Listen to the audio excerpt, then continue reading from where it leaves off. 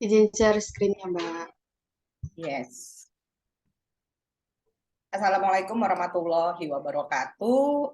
Selamat malam, salam sehat, salam sejahtera, dan salam kebebasan. Saya Adinda Tenrianke Mukhtar, Chief Editor Suara Kebebasan, menyambut teman-teman yang ada di sini. Terima kasih banyak sebelumnya saya ucapkan kepada Mbak Siska Trisia, researcher dari Hukum Online News, untuk waktunya nih, hari Jumat kita berdiskusi. Mungkin buat teman-teman yang belum mengenal Suara Kebebasan, kami adalah portal libertarian di Indonesia yang bergerak sejak tahun 2015 menyuarakan isu kebebasan, baik itu kebebasan individu, hak kepemilikan, ekonomi pasar bebas, juga tentunya penegakan hukum dan HAM. Nah, kami sudah banyak sekali melakukan kegiatan-kegiatan seperti forum kebebasan seperti malam ini, di mana Suara Kebebasan mengundang pembicara untuk membicarakan isu-isu hangat yang juga kita coba angkat dari argumen kebebasannya seperti apa, termasuk topik yang kita angkat malam ini. Selain forum kebebasan, kami juga punya Liberty Talks yang sebenarnya itu di IG Live hanya setengah jam gitu, yang untuk memperkenalkan tentang apa saja sih dasar-dasar pemikiran libertarian. Lainnya teman-teman bisa cek di suarakebebasan.id, di mana di situ banyak banget artikel, dari artikel opini, artikel cerita, maupun paper gitu ya, atau riset-riset terkait dengan kebebasan. Kami juga ada beberapa publikasi yang silahkan unduh, itu gratis, dari publikasi kami, kompilasi tulisan, atau juga terjemahan-terjemahan terkait dengan topik-topik kebebasan. Nah, malam ini kita akan ngobrol-ngobrol dengan Mbak Siska dari hukumonline.news tentang pinjol dan anak muda. Nah, ini kan menarik ya sebenarnya.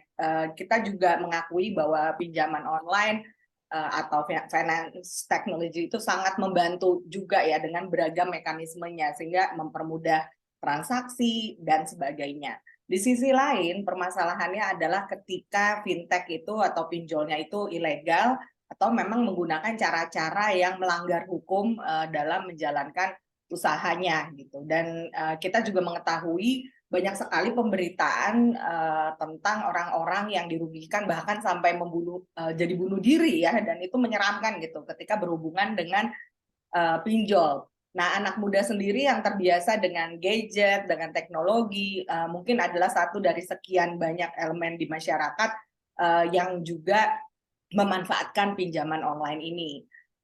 Kominfo sendiri sebenarnya juga udah punya peraturan mengenai fintech, dan juga untuk website atau apapun yang berkonten negatif. Kami sendiri sebenarnya melihat bahwa intervensi pemerintah di satu sisi memang diperlukan untuk menegakkan hukum, tapi jangan sampai regulasi itu membatasi kebebasan kita sebagai individu, sebagai orang yang ingin menggunakan pilihan kita untuk membeli, menjual, atau kebebasan ekonomi kita. Atau di sisi lain pemerintah malah menggunakan regulasi itu malah menjadi bumerang gitu, orang jadi takut berusaha, takut bertransaksi. Di sisi lain memang pemahaman tentang ekonomi digital, literasi digital, dan ekonomi ini juga penting. Jadi orang tidak asal fear of missing out ya, Mbak Siska gitu, termasuk juga teman-teman muda. Nah, di sini kita pengen nanya beberapa hal gitu ke Mbak Siska. Mungkin bisa share kasus, data, atau mengapa sih kita penting juga untuk memperhatikan fenomena pinjol dan anak muda gitu, dan bagaimana kalau misalnya regulasi yang ada itu tidak cukup untuk mengatasi permasalahan pinjol ini, apa yang perlu dilakukan, tapi dengan memastikan bahwa kebebasan kita sebagai konsumen, kebebasan ekonomi kita juga tetap dijamin, dan pihak-pihak yang ilegal juga kena efek jerak nih gitu, karena sekarang urusannya bukan hanya uang dan penipuan, tapi juga nyawa. Seperti itu. Nah, kita dengarkan dulu nih dari Mbak Siska sebelum nanti kita mau ngobrol-ngobrol dan tanya jawab. Silakan Mbak Siska. Baik, terima kasih Mbak Dinda. Sebelumnya juga alhamdulillah juga atas kesempatan yang diberikan sama Mbak Dinda dan juga teman-teman dari Suara Kebebasan. Nah, hari ini insya Allah nanti akan sharing terkait dengan pinjol dan anak muda. Semoga apa yang nanti dipaparkan itu bisa bahan diskusi kita bersama, bisa bahan refleksi bersama, atau bahan yang bisa nanti teman-teman manfaatkan untuk disampaikan ke lingkungan sekitar ya Mbak. Seenggaknya itu lingkungan terkecil yang bisa kita selamatkan dari maraknya ya Mbak akibat-akibat pinjol yang akhir-akhir ini pun masih mengancam ya, bukan hanya anak muda tapi kita semua juga dalam ancaman dari pinjol khususnya ilegal yang kurang terawasi hingga hari ini. Aku izin share screen. Hmm.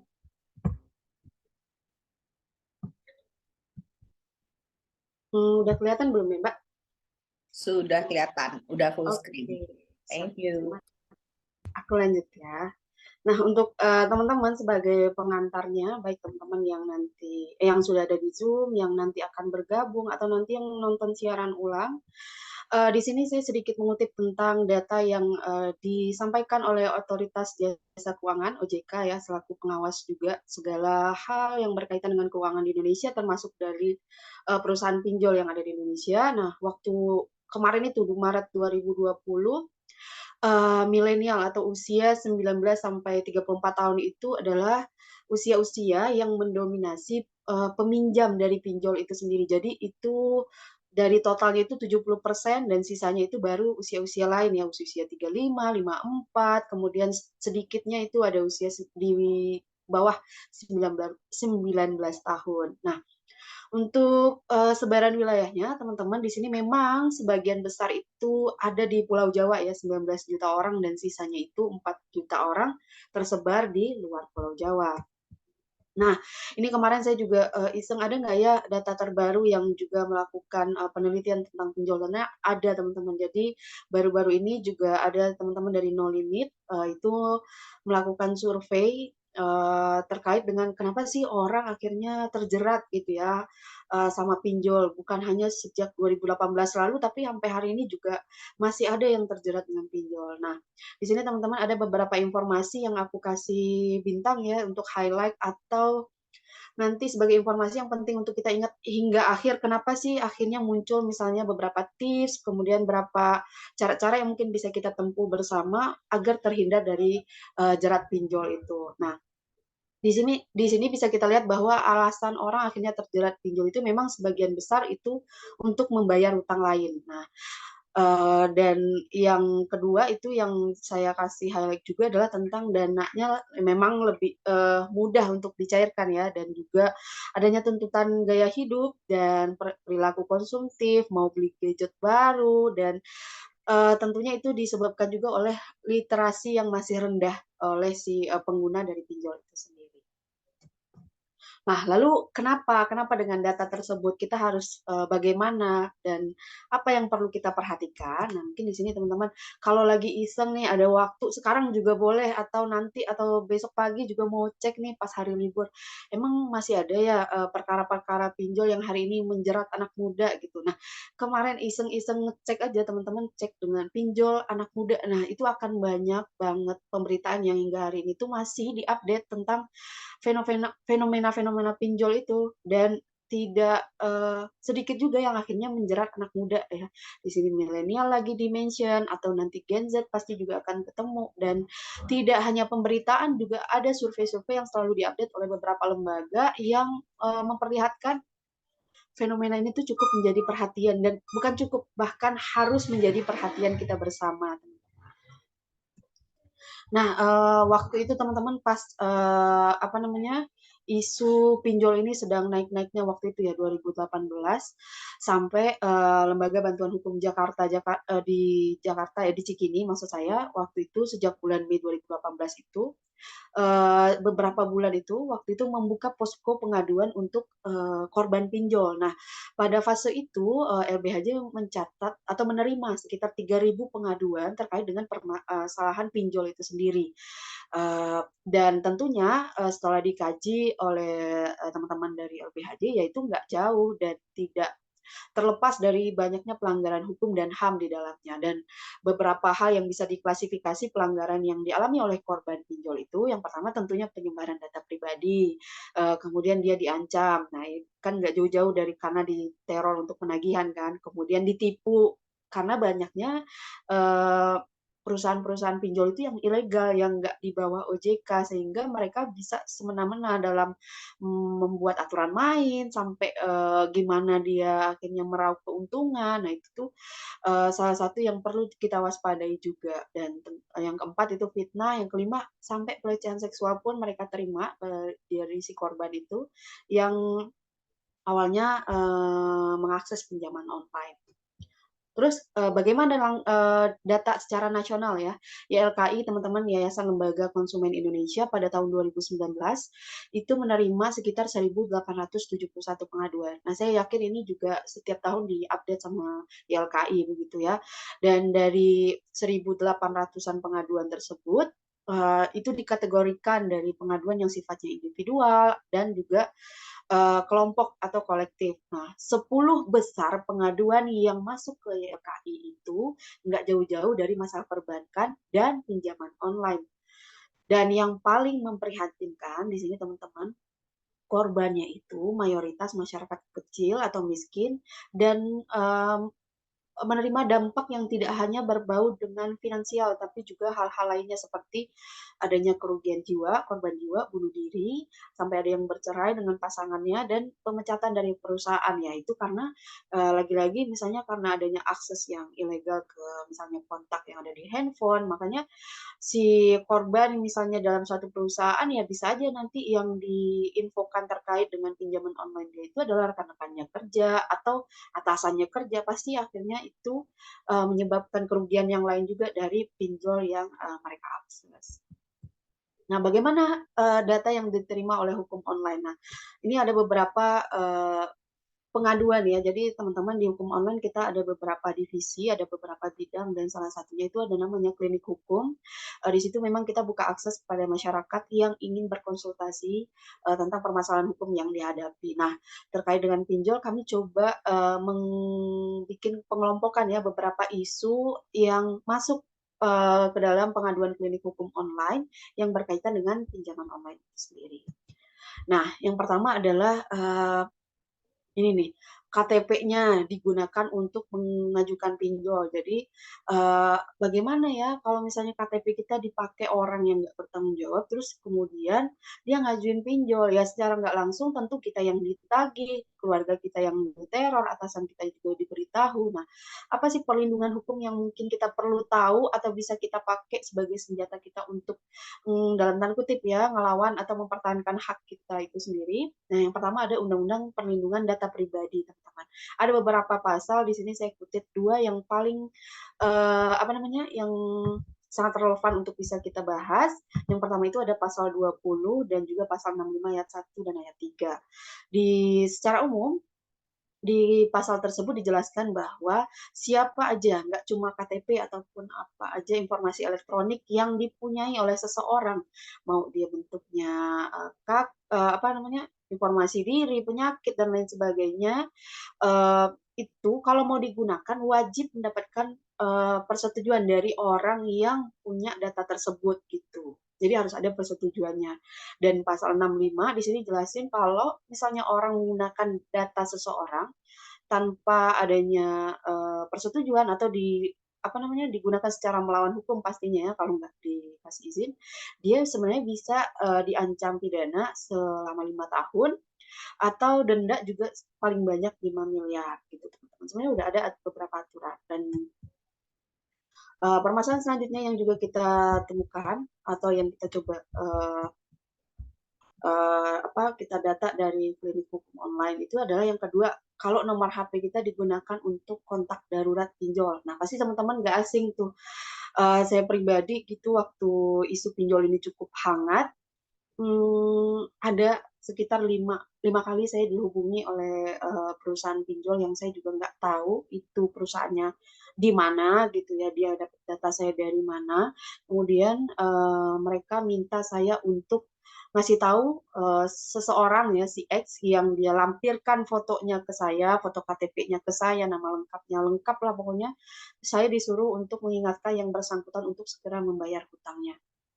Nah, yang pertama mungkin keselnya kenapa nih, harus saya yang nagih gitu ya, orang saya aja nggak nyicip uangnya. Terus yang kedua, saya nggak kenal sama orangnya, pun saya kenal, belum tentu saya tahu, transaksi hutang perhutangan mereka itu gitu. Kenapa harus saya yang, diminta untuk menagih orang tersebut? Nah, itu kan juga satu sisi hal yang kesal. Yang kedua yang saya takutkan adalah, kok bisa ya nomor HP aja tuh bisa sampai ke mereka? Apa yang sudah dilakukan oleh si pemanfaat atau yang mengajukan pinjol ataupun perusahaan pinjolnya sampai dia bisa dapat nomor HP saya dan bisa meminta saya untuk, membantu mereka menagih, bayaran ya, menagih hutang yang sedang ditagih kepada si, peminjam. Nah, akhirnya teman-teman ini ada beberapa pasal juga yang bisa, kita gunakan sebenarnya dalam Undang-Undang Informasi dan Transaksi Elektronik. Pasalnya di sini ada pasal 30, junto pasal 46, dan pasal 32.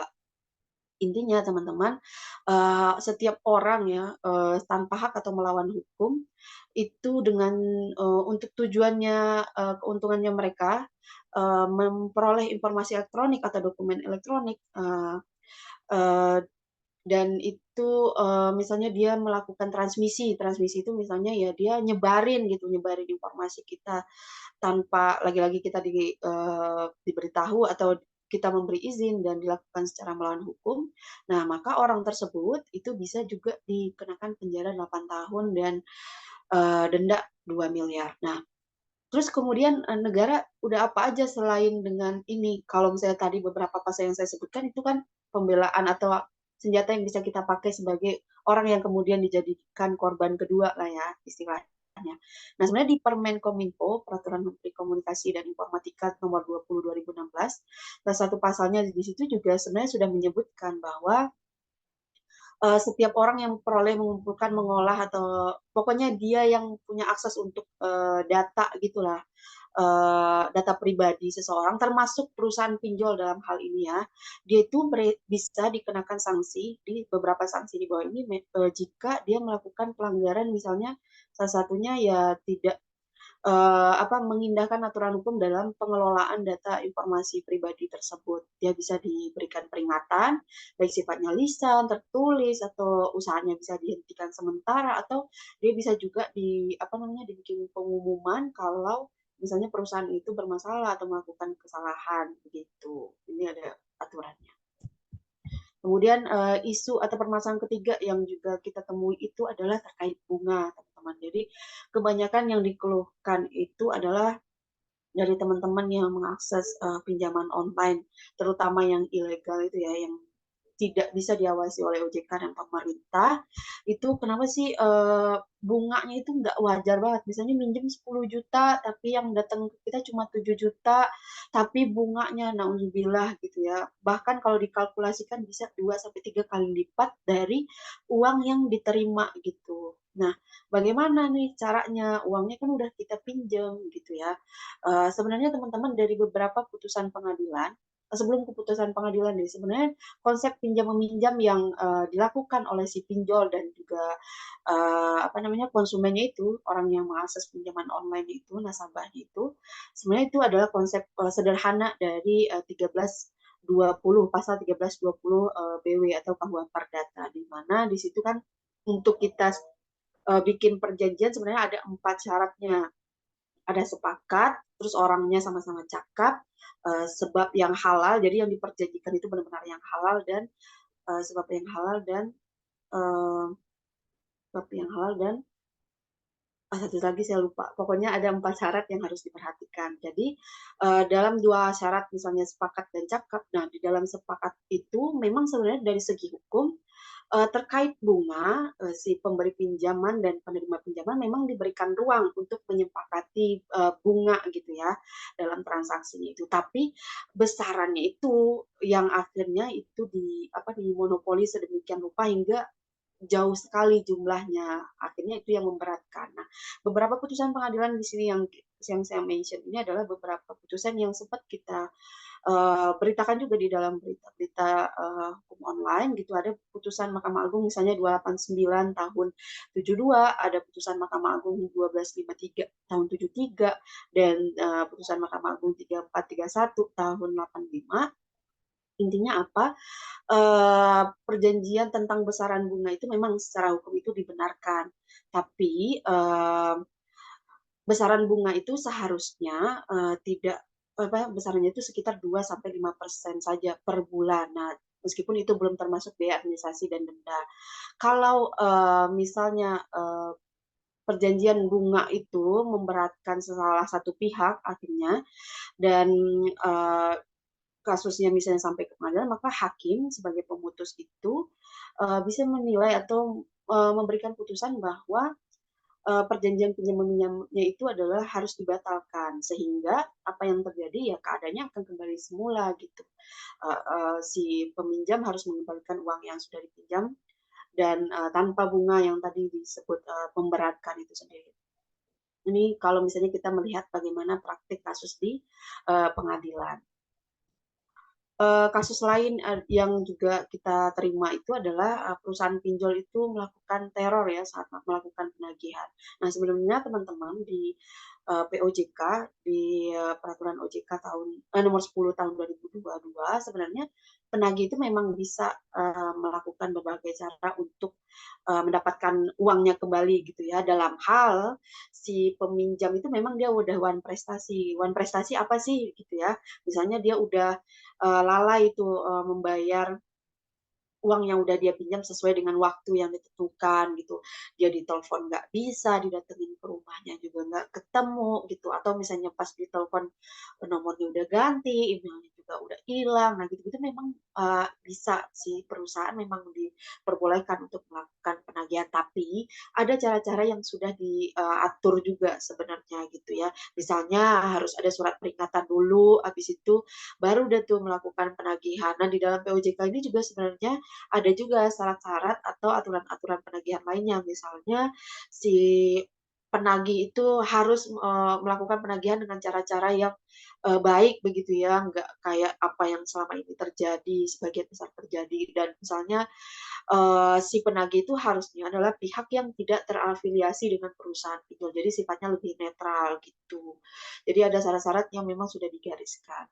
Dan kalau dari segi undang-undang misalnya, lagi-lagi di Undang-Undang ITE pasal 29, bagi pihak penagih yang misalnya dia melakukan penagihan secara teror atau ngasih ancaman, apalagi sampai tadi data LPHJ dia sampai mendapatkan kekerasan seksual gitu ya melalui sistem elektronik, maka itu sebenarnya hal yang dilarang gitu dan sebenarnya bisa diancam pidana gitu. Di pasal 45B Undang-Undang ITE juga dijelaskan gitu orang yang memberikan atau mengirimkan informasi dokumen elektronik yang berisi ancaman kekerasan dan menakut-nakuti itu sebenarnya bisa juga dijerat dengan pasal ini dan kemudian bisa dipenjara ataupun dijatuhi denda penjara 4 tahun, denda paling banyak 750 juta. Dan KUHP juga sebenarnya ada pasal-pasal yang mengakomodir tentang teror itu sendiri ya.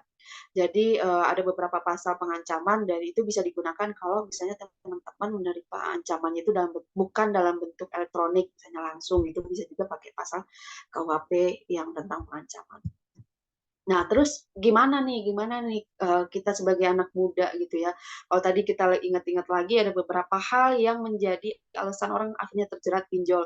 Itu tuh sebenarnya yang saya kasih highlight atau saya kasih tanda bintang itu yaitu yang sangat beririsan dengan teman-teman atau anak muda ya. Di ILKI sebenarnya memberikan beberapa tips gitu. Yang pertama itu jangan tergiur oleh bujuk rayu dan promosi dari pinjol itu sendiri. Jadi teman-teman itu bertransaksi dengan pinjol ya karena memang nggak ada jalan lain gitu ya, udah kayak pilihan terakhir banget lah, udah terpaksa banget lah, udah emergency banget lah makanya pakai pinjol. Terus yang kedua, pastikan teman-teman itu membaca dengan secara cermat dan seksama semua ketentuan dia ya selama menjadi nasabah pinjol itu dan peraturan teknis yang dibuat oleh pinjol yang nanti teman-teman tanda tangani sepakati bersama gitu. Kemudian yang ketiga itu adalah pastikan teman-teman itu berinteraksi dengan pinjol yang sah, yang terdaftar di OJK. Karena saat ini teman-teman banyaknya fenomena yang menakutkan dari pinjol itu sendiri ya tidak terlepas dari memang jumlah pinjol ilegal yang tidak terawasi oleh OJK itu memang jauh lebih banyak daripada yang sudah berizin dengan OJK. Saya rasa mungkin ini datanya ada yang bertambah ya kalau hari ini gitu. Tapi waktu isu pinjol ini naik, nah itu baru sekitar 70-an saja yang sudah mendapat izin OJK. Jadi harus lebih berhati-hati gitu teman-teman untuk mengaksesnya. Kemudian yang keempat itu adalah teman-teman harus tahu juga gimana cara bayarnya, nanti dia nagihnya seperti apa, besaran dendanya kayak gimana, bunganya seberapa banyak gitu ya. Kalau misalnya dari awal teman-teman tadi udah tahu, misalnya di pengadilan sebenarnya ada beberapa kasus yang bisa kita jadi acuan. Misalnya kok bunganya bisa sampai 20% misalnya per bulan, itu kan sudah menyalahi aturan ya gitu ya. Meskipun konsep perjanjian teman-teman yang akan meminjam dana dengan perusahaan pinjol itu adalah hubungan perdata individu per individu, tapi ada hal-hal yang juga aturan umum yang perlu untuk dipatuhi agar salah satu pihak itu tidak dizolimi dalam tanda kutip dalam mengakses layanan pinjol itu sendiri, termasuk tentang bunga yang tadi saya sampaikan. Nah, selanjutnya adalah tentang jangan pernah menunggak pastinya ya. Kalau udah nunggak, otomatis kan dananya apa bunganya semakin naik, kemudian cara dia untuk menagih pun akhirnya semakin terbuka lebar dalam tanda kutip dengan menggunakan hal-hal yang tidak sepatutnya, apalagi pinjolnya itu yang ilegal. Dan yang terakhir adalah pilihlah pinjol yang besaran bunganya itu rendah gitu ya, yang tentunya disesuaikan dengan kondisi keuangan dari teman-teman. Nah, dengan kondisi kita Indonesia sekarang teman-teman yang dimana akses informasi kita sangat luas gitu ya, uh, data pribadi kita pun harus dijaga dengan sebaik mungkin gitu ya. Karena data pribadi sekarang itu kayak misalnya pakai pinjol ilegal ini ya handphone aja tuh udah bisa mereka akses gitu ya. Meskipun cara mereka itu tidak dibenarkan. Nah, tapi kalau misalnya teman-teman akhirnya setujui untuk menjadi klien atau nasabah mereka, ya siap-siap aja kayak nomor telepon, foto teman-teman itu bisa diakses oleh mereka secara ilegal gitu. Dan tentunya ini menjadi pesan bahwa teman-teman itu perlu bijak gitu. Karena salah satu dari tadi kenapa pinjol itu menjerat juga kepada masyarakat dan anak muda ya karena literasi yang lemah gitu, nggak mau baca gitu. Uh, saya pribadi pun misalnya kalau misalnya kita download aplikasi gitu ya pasti ada ketentuan kan, ketentuan yang harus kita baca ini apa-apa banyak gitu kan syarat dan ketentuannya. Saya pribadi pun sering skip gitu nggak lanjutin karena ada kebutuhan misalnya harus dipakai cepat atau bagaimana, jadi nggak baca gitu. Nah itu sebenarnya hal-hal yang juga harus dihindari kalau teman-teman akan menggunakan akses atau mengakses layanan yang berkaitan dengan elektronik, kemudian data pribadi itu benar-benar harus dibaca, apalagi dengan pinjol ini ya. Kemarin tuh baru-baru minggu lalu kalau nggak salah tuh ada lagi tuh korbannya yang ibu muda akhirnya dia bunuh diri ya karena salah satu isu yang kemarin diberitakan itu ya nggak jauh-jauh dari pinjol gitu kan. Jadi bahaya banget gitu teman-teman, jangan sampai kemalasan kita untuk membaca, memahami, untuk misalnya mengkritisi misalnya aturan-aturan atau ketentuan pembayaran denda harian dan bunga dari mereka itu akhirnya menyebabkan kita jadi korban selanjutnya gitu. Udah kita korban dalam kondisi keuangan yang kurang, dapat dana dikit nggak lama kemudian kita juga jadi korban. Nah, jangan sampai data yang tadi disampaikan oleh JK ada sampai korban jiwa yang meninggal, bunuh diri, ada yang sampai cerai, ada yang kemudian kehilangan pekerjaan itu terjadi oleh teman-teman lagi gitu. Nah, bagaimana langkah yang mungkin kita bisa lakukan selain tadi ya mengantisipasi dari diri kita, kita mawas diri, kita bijak, kita rajin baca gitu, kita nggak malas baca, kita nanya, kemudian apa yang bisa kita lakukan kalau misalnya ya udah terlanjur Kak gitu ya, dananya udah kepake, handphonenya yang dibeli juga udah saya pakai gitu kan, itu kan udah jauh terjadi gitu ya. Bagaimana langkah yang bisa dilakukan? Nah, ini ada 3 hal mungkin yang bisa teman-teman lakukan. Kalau misalnya satu perusahaan pinjolnya ternyata ilegal, Kak, gitu ya, dia tuh tidak di bawah izin OJK, makanya dia bisa nagihnya.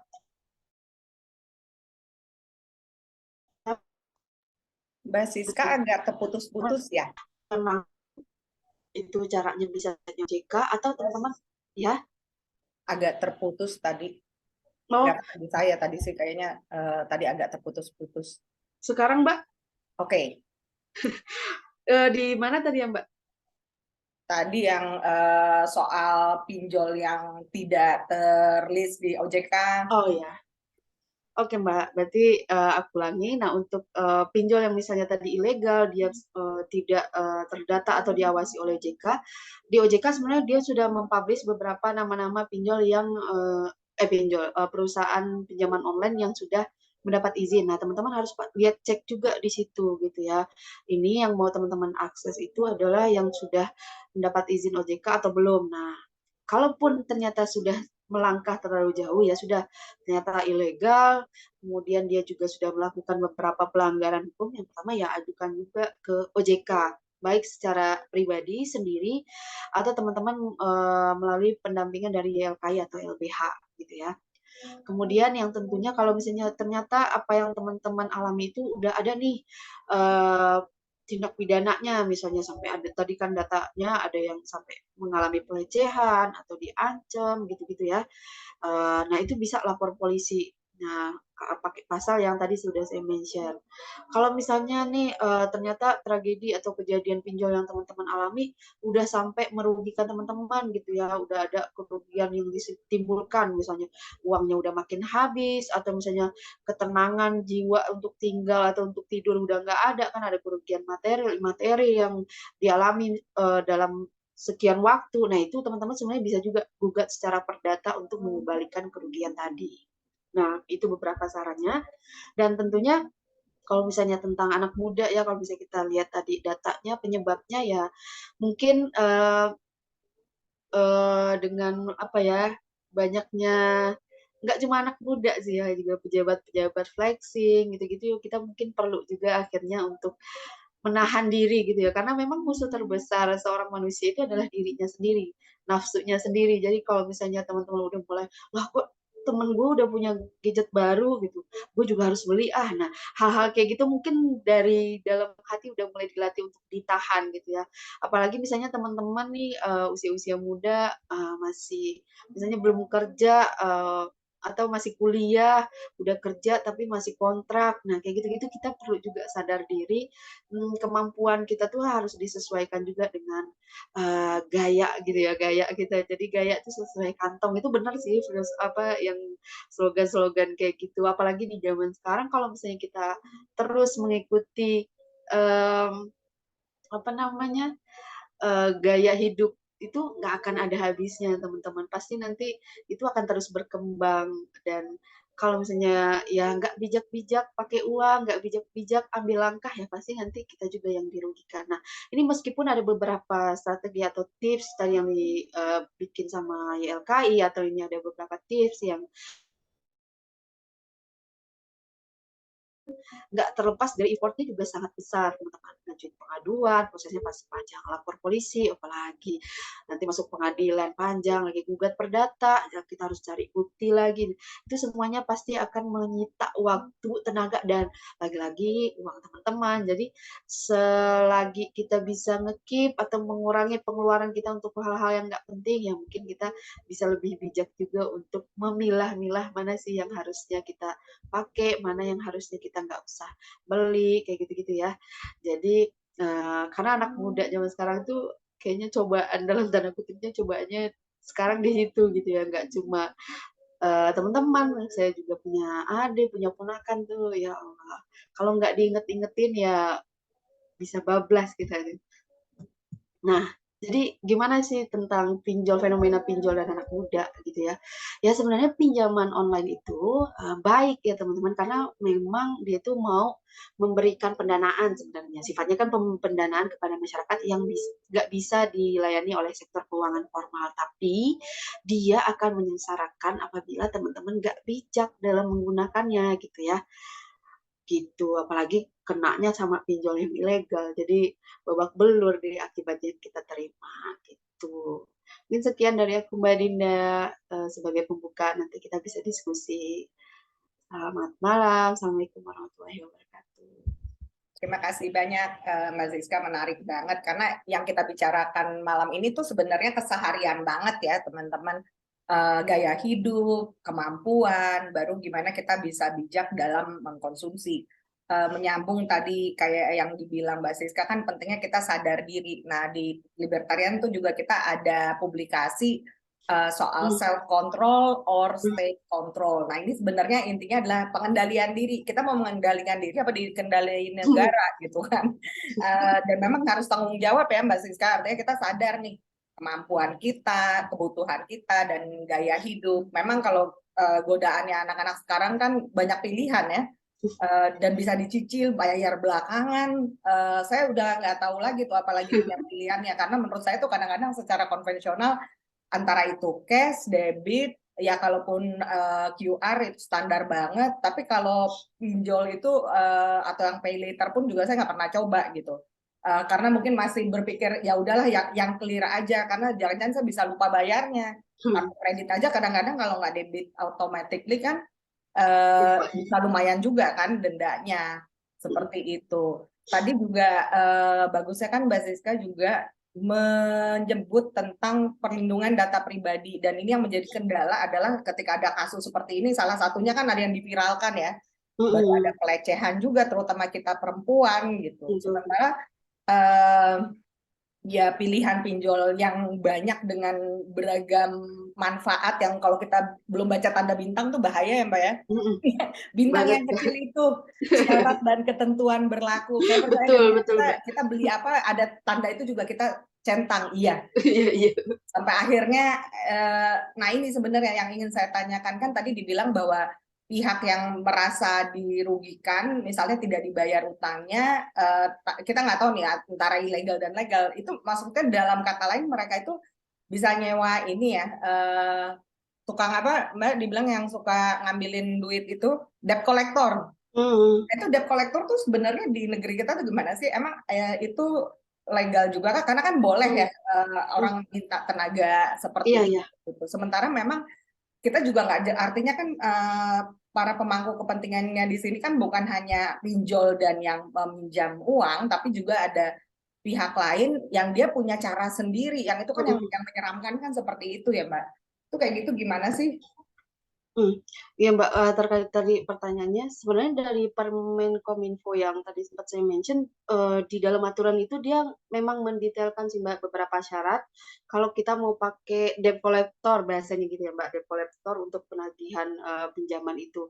Nah syarat-syaratnya itu adalah si debt collector itu harusnya bukan orang yang terafiliasi dengan pinjolnya. Jadi memang dia di-hire gitu ya secara profesional dan dia tuh sifatnya berarti lebih netral gitu. Kalau yang sekarang-sekarang kita temukan ya mereka memang bawahan atau suruhan dari si pemberi pinjaman. Nah, itu sebenarnya nggak sesuai dengan ketentuan Permenkominfo. Terus kemudian itu ada 5 syarat Mbak, tapi yang aku ingat yang kedua itu adalah cara penagihan. Nah, cara penagihannya itu adalah memang nggak bisa langsung harus neror orang gitu ya, datang ke rumahnya, enggak. Memang ada step-step yang juga dijelaskan di situ. Misalnya kasih surat teguran dulu, peringatan dulu, kalau nggak ada juga baru didatengin. Kalaupun nanti kita didatengin atau ditelepon-telepon, itu pun juga dengan cara-cara yang baik, bahasanya gitu ya Mbak, cara yang sopan gitu. Jadi nggak sampai apalagi sampai melecehkan, apalagi sampai ngancam, itu sebenarnya kan udah ada ranah hukum sendiri yang akhirnya dia diperbuat juga oleh perusahaan itu. Nah, itu sebenarnya nggak diperbolehkan gitu, Mbak. Nah, apa sih yang kemudian bisa dilakukan ya?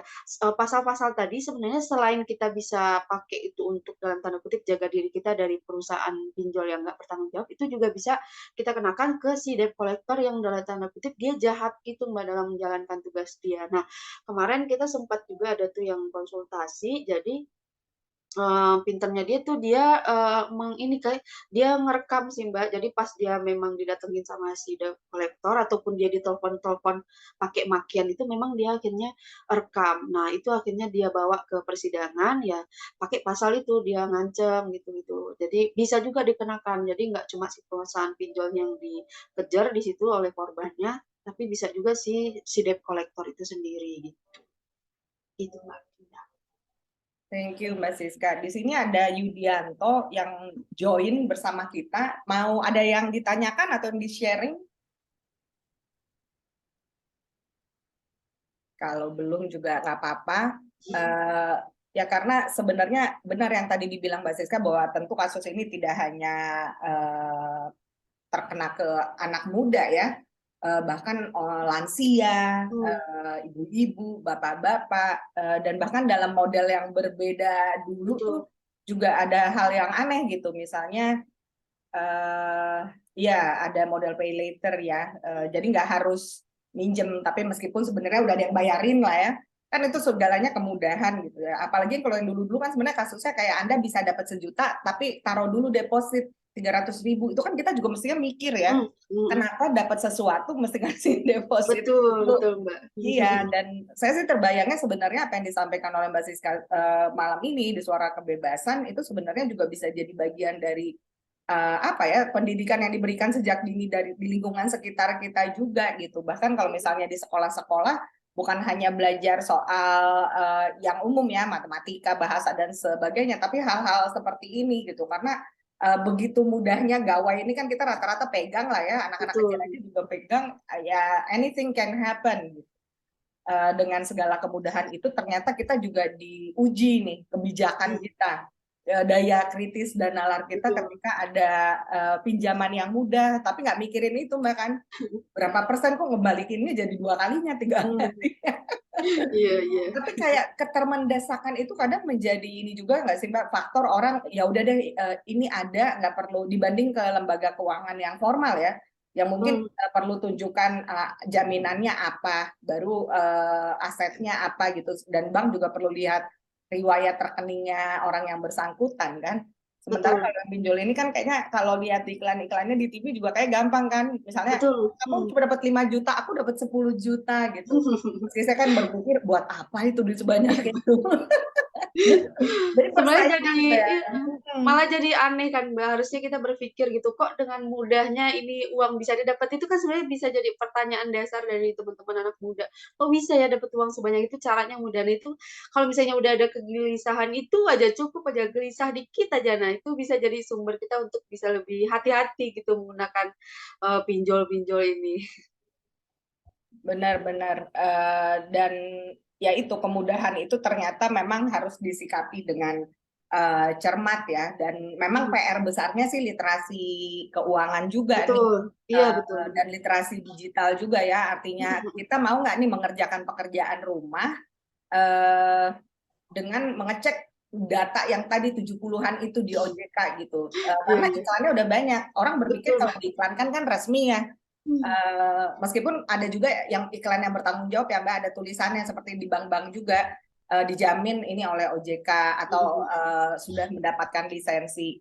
Nah ini ditanya nih, apa mungkin suatu hari pinjol ini diperketat, misalnya setiap pinjol harus memberitahukan besaran biaya dan bunga seperti kartu kredit. Mhm. Gimana tuh? Kan iklan Memang harusnya ya, Mbak. banyak tuh juga. Mhm. Dan Memang ini seharusnya dari konsep hukum perjanjian itu ya 1320 Perdata itu memang harus, terang seterang-terangnya apapun yang diperjanjikan oleh setiap orang, termasuk dalam pinjam-meminjam dengan pinjol ini gitu ya. Jadi dari perusahaan itu memang harus jelas misalnya nanti dipinjamnya segini, jangka waktunya segini, bunga hariannya segini, dendanya nanti segini, biaya administrasinya segini, itu memang harus terang. Makanya tadi ada beberapa perkara, yang bahkan dari jauh-jauh hari gitu ya, tahun 1970-an tadi ya, itu ternyata udah ada fenomena kayak, jahat gitu ya, jahat ya orang melakukan, bikin bunga semena-mena. Nah itu sebenarnya bisa jadi, alasan akhirnya kalau memang terbukti si perusahaan pinjolnya dia nggak transparan nih waktu dia, deal-deal-an sama kita ngasih pinjaman, nah itu bisa juga akhirnya, nanti perjanjian pinjam-meminjam teman-teman dengan pinjol itu bisa dibatalkan oleh pengadilan, gitu. Dan memang sudah seharusnya sih Mas Yanto, kalau semuanya itu harus terang dalam perjanjian, Mas Yan, gitu.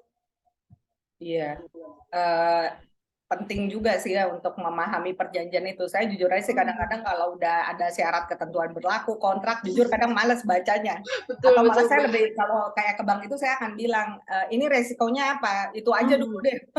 Iya, iya, iya, iya. Indah-indah ya udah gitu. Tapi saya apa nih penaltinya gimana? Mmm. Eh, ya lagi-lagi tapi kan itu pilihan kita ya. Mungkin di saat kita merasa bahwa pinjol ini bisa membuat saya membeli satu tas branded misalnya, dan saya udah nggak mikirin itu, bisa jadi meskipun saya melihat ada klausul yang aneh, ya saya memang nggak peduli aja sampai ada Iya, kejadian gitu. Tapi kan itu yang kita ingin in cegah ya lewat betul betul. literasi keuangan juga gitu. Dan ya mengontrol diri juga nih, nggak dikit-dikit karena tren jadinya FOMO, akhirnya malah Ya FOMO. terkena ya, malah oh my god malah. Oh my God, FOMO FOMO. Apalagi sekarang banyak konser ya, Mbak, ya. Konser anak muda pasti nonton konser. Iya, itu mau jadi konten. Iya, banyak yang enggak, tapi kan ketika kita bisa mengatur ya, artinya bagaimana jumlah pinjaman, kadang-kadang kan pertimbangannya adalah bisa mendapatkan uang cepat, mungkin juga tahu artinya kelebihan pinjol atau siapapun yang bisa memberikan bantuan dalam keadaan urgent, mungkin di klausulnya ada kata-kata yang seolah-olah ya ibaratnya ya saya berani pinjemin kamu segini di waktu sekarang, bank belum tentu. Tapi ya bunganya segini gitu. Ya, kalau itu adalah sesuatu yang kayak tadi dibilang Mbak Siska adalah kesepakatan, Betul, tidak ada paksaan, ya memang jadi konsekuensi individu ya betul, artinya. betul, Mbak, betul. Mm, Iya. mm, mm. Dan ini juga sih sebenarnya yang mengerikan dan mengkhawatirkan adalah tadi soal data pribadi gitu. Mhm, Dimana mhm. kadang sekarang kan trennya tuh apa-apa diviralin, diviralin. Ya kalau Iya. viral ada yang peduli sama kita, kalau enggak kan mengerikan juga gitu. Iya, KTP di yang mana, dan ini kan bahkan tidak terjadi hanya dalam konteks pinjol ya, tapi terkait dengan lembaga-lembaga besar yang datanya malah dihack gitu, data oh pribadi iya. kita akhirnya muncul.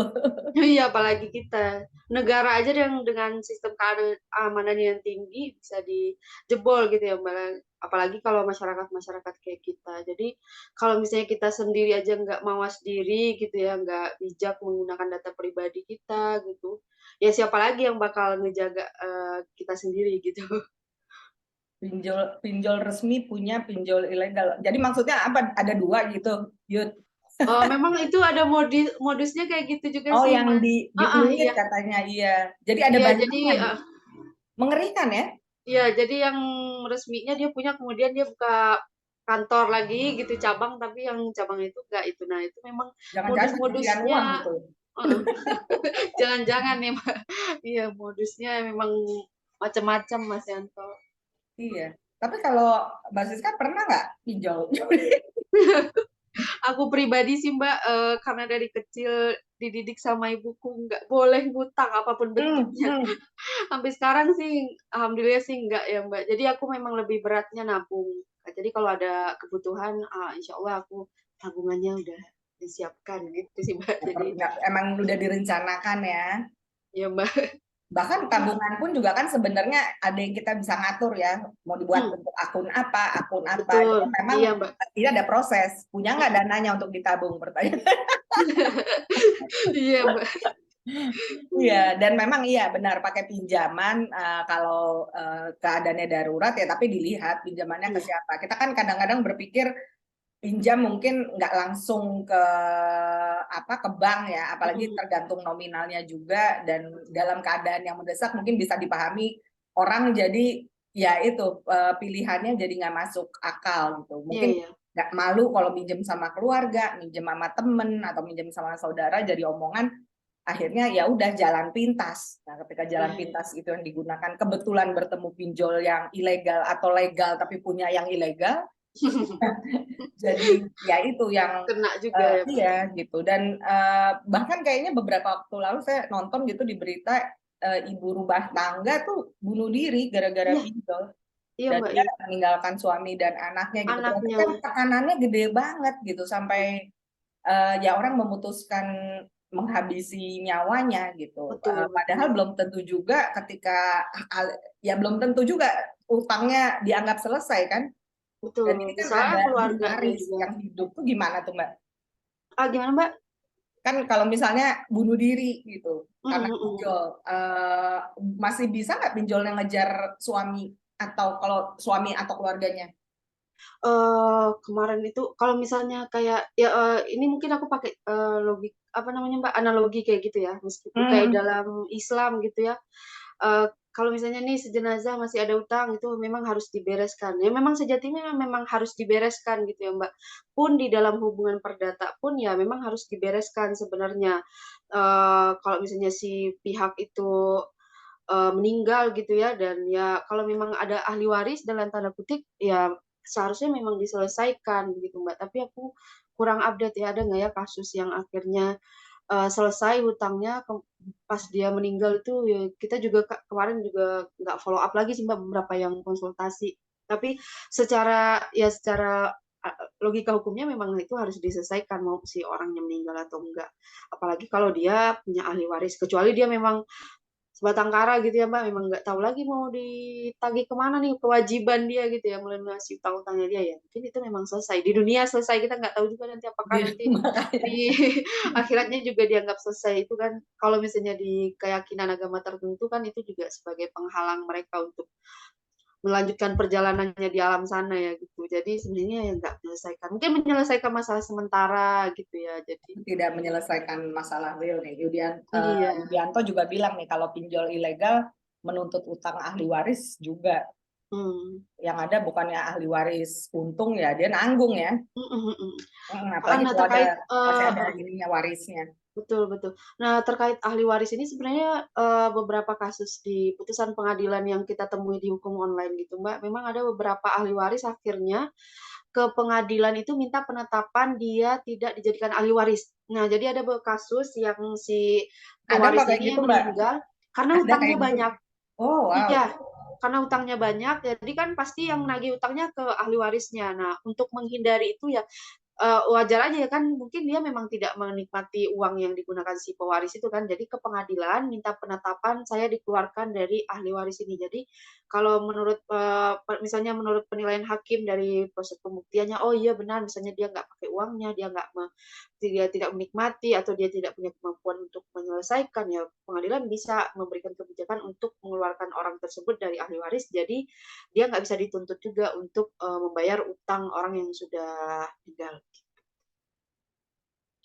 Ya, ya. Jadi sebenarnya ini kasus pinjol ini juga bukan hanya fenomena ekonomi dan hukum, tapi jadi fenomena sosial juga ya, Benar benar, Mbak, benar.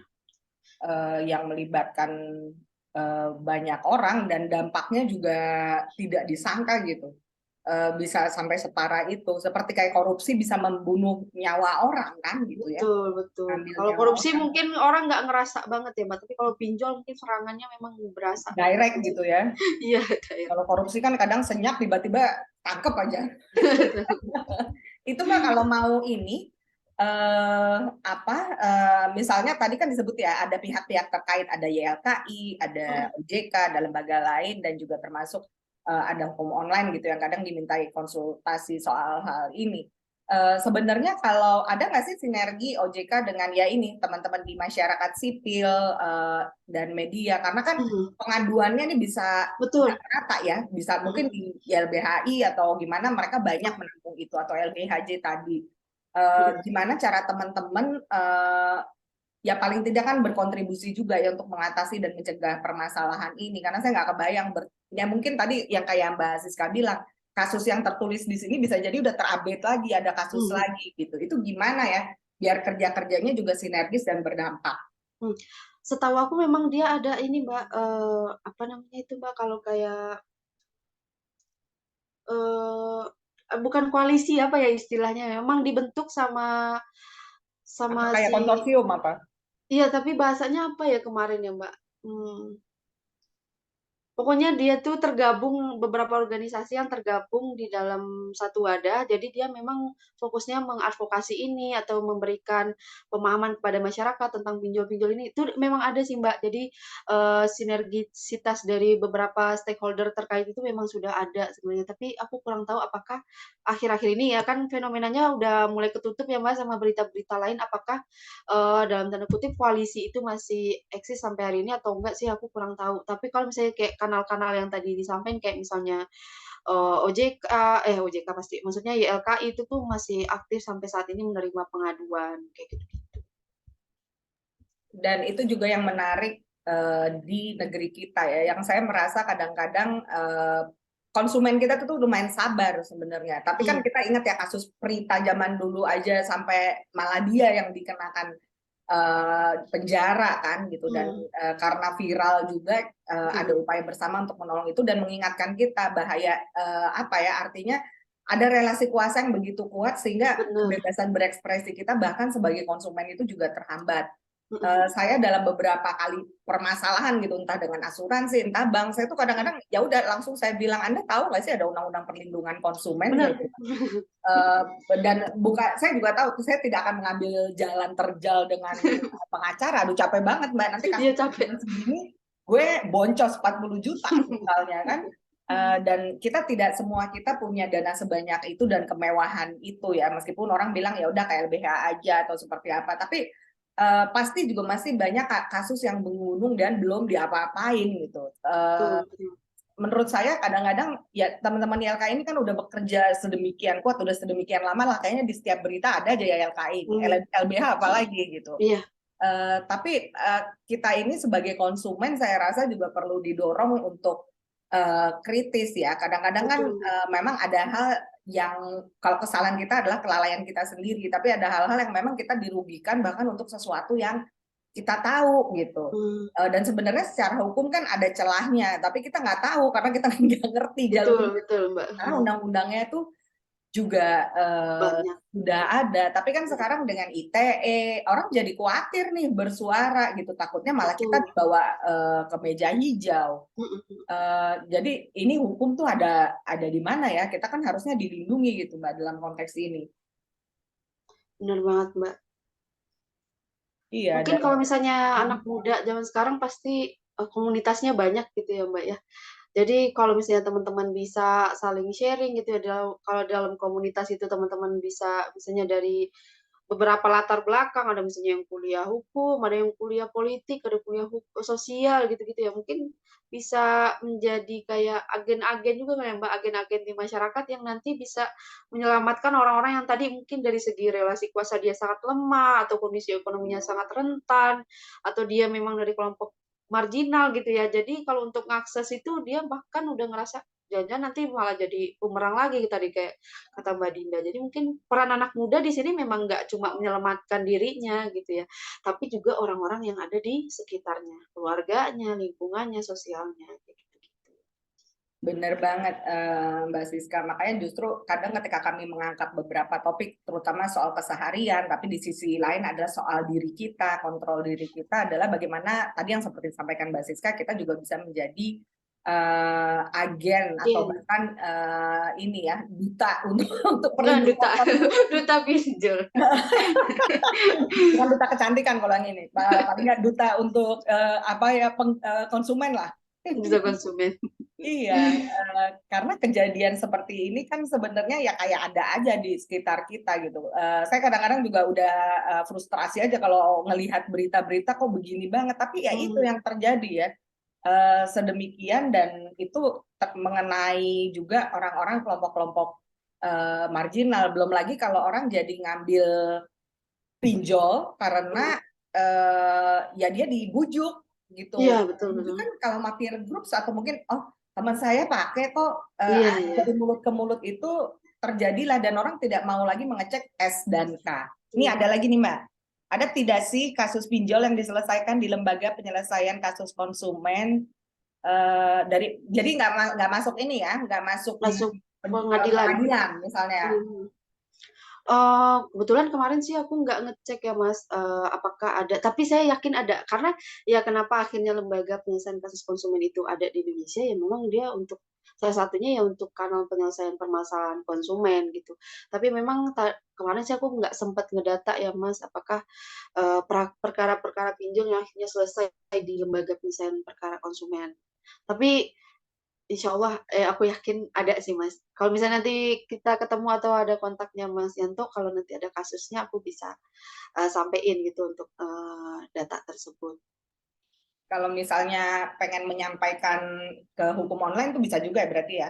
Ya, tinggal di email sih Mbak. Biasanya sih kalau teman-teman yang konsultasi di klinik, mereka ajukan pertanyaan ke klinik hukum online, nanti pasti ada timnya tim klinik yang jawab, nanti di-publish artikelnya, nanti kita yang nanya secara langsung, di-email-in juga, ini jawabannya sudah terbit pada artikel ini, biasanya kayak gitu. Iya, itu yang saya suka dari klinik hukum online ya. Kadang saya sendiri bukan berlatar hukum gitu, saya peneliti, tapi di bidang lebih politik dan pembangunan. Tapi pas tertarik misalnya ngelihat fenomena hukum apa, ya udah di klinik hukum online tuh Iya, ya, bisa lihat gitu. Paling nggak, oh betul. gambarannya seperti ini, hukum waris tuh begini. Karena kadang-kadang ya jujur aja kan memang dibilang tuh udah pada sewa pengacara, ya mahal memang sewa pengacara, kecuali pengacaranya pro bono.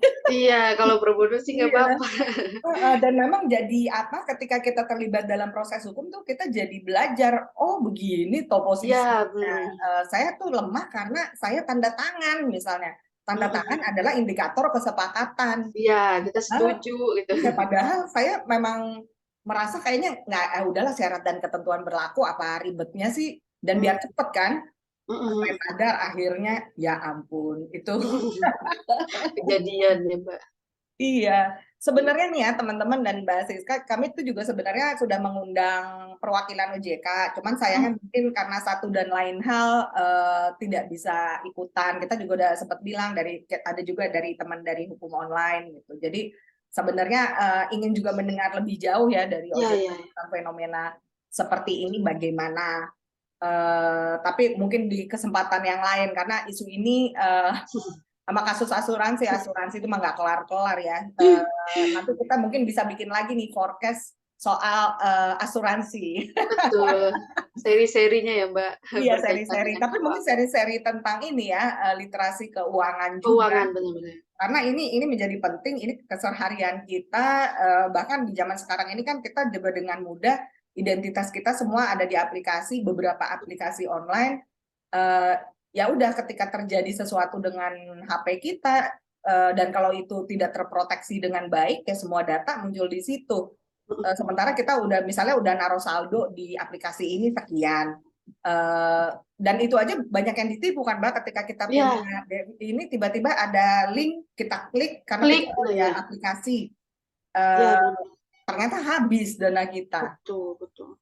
Mungkin Itu nanti ini Mbak, seri selanjutnya itu modus-modus penipuan online gitu ya Mbak, salah satunya dengan klik link dan lain sebagainya, itu bisa jadi modus terbaru dari mereka. iya, model file-file yang atau nanti dibilangnya undangan pernikahan, padahal Betul. ternyata pas gitu data kita gimana. Dan beberapa waktu terakhir nih saya sering banget teman-teman banyak yang share kalau nomornya dengan profil fotonya dipakai di WA dan mereka gunakan itu untuk menghubungi yang lain-lain, entah Iya, meminjam iya. duit atau so akrab Benar, gitu. benar, benar Mbak, iya. Dan itu bahkan kita nggak bicara pinjaman online ya, tapi betapa data kita. Jadi saya juga ngerti sih kenapa orang-orang IT kadang-kadang nggak mau punya media sosial, mereka lebih pinter kayaknya. Lebih iya, lebih takutnya udah lebih kebayang gitu, ini pasti nanti akan diambil, disalahgunakan. Iya, jadi itu menarik sekali dari perbincangan, meskipun kita di sini hanya beberapa orang gitu, tapi menarik sebenarnya. Banyak orang pakai iya. Discord. Oh, Discord. Jadi nah ini yang menarik, disrupsi itu termasuk kasus-kasus penipuan, aplikasi yang jahat ya, yang ilegal, atau model file-file yang lain itu dijawab juga dengan aplikasi yang lain. Dulu kan rasanya orang banyak nih entah pakai WeChat lah, pakai Line, pakai Messenger, akhirnya ada WhatsApp, akhirnya kan juga ada yang terenkripsi yang juga lumayan, Telegram. Kan ketika WhatsApp sempat down dulu banget tuh, orang beralih pada bukan beralih juga sih, tapi membuat akun Telegram gitu untuk ya udah menjaga aja. Tapi ketika WhatsApp-nya balik, ya sejauh ini kan rata-rata orang punya WhatsApp. Sorry, saya menghilang. Iya, Mas Yudianto ada lagi nggak yang mau ditanyakan? Di chat juga, karena ya itu yang menariknya, ngantuk dia udah katanya.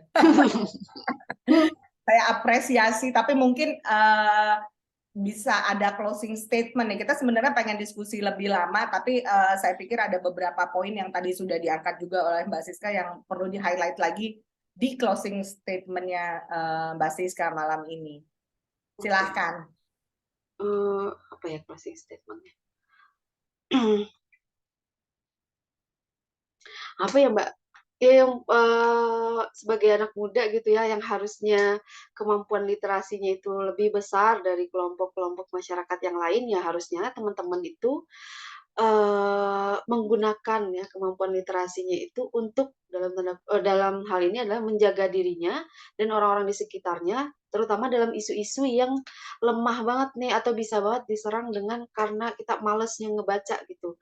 Nah, dalam hal ini terkait dengan pinjol. Jadi, apapun transaksi yang berkaitan dengan uang, dengan data, teman-teman selaku anak muda harusnya, ini ya, nggak males baca, nggak males buat nanya, dan nggak males untuk menginformasikan orang-orang yang ada sekitar teman-teman agar terhindar dari hal-hal buruk yang akhirnya terjadi karena transaksi yang berkaitan dengan uang dan data tersebut. Gitu, paling itu aja kali, Mbak. Ya, benar. Betul, betul, Mas. Pertama kali yang kita bicarakan adalah syarat dan ketentuan. Umberto Uno tuh dalam novelnya juga menulis dan itu menarik ya, sesuatu seperti baca terms and condition aja bisa ada di novel. Ya benar sih, benar juga. Kita kadang beli mesin cuci atau apa, kadang-kadang udah deh. Tapi nanti pas rusak bingung kan, ini ada garansi nggak ya? Akhirnya kadang-kadang jadi telat gitu loh. Mestinya sesuatu yang kita bisa pahami di awal untuk mencegah atau memitigasi risiko, malah kita yang harus membayar risiko itu. Dan lagi-lagi teman-teman, semua ini pembelajaran.